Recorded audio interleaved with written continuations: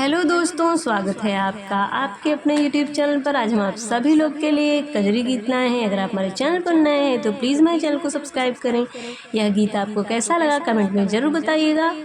कि हरे रामा बगिया में आए श्री राम, देखन हम जाबै रे हरी। कि हरे रामा बगिया में आए श्री राम, देखन हम जाबै रे हरी। हरे रामा माथ पे उनके मुकुट भल सोहे रामा। हरे रामा माथ पे उनके मुकुट भल सोहे रामा।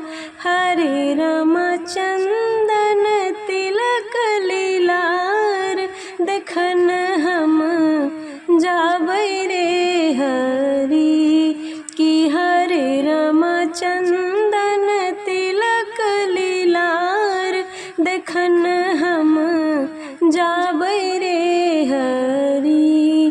कि हरे रामा बगिया में आए श्री राम, देखन हम जाबै रे हरी। हरे रामा कान में उनके कुंडल भल सोहे रामा।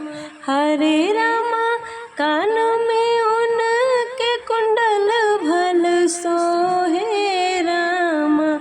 हरे रामा गले बैजंती माल, देखन हम जाबै रे हरी। कि हरे रामा गले बैजंती माल, देखन हम जाबै रे हरी। कि हरे रामा बगिया में आए श्री राम, देखन हम जाबै रे हरी। हरे रामा हाथ में उनके धनुष भल सोहे रामा।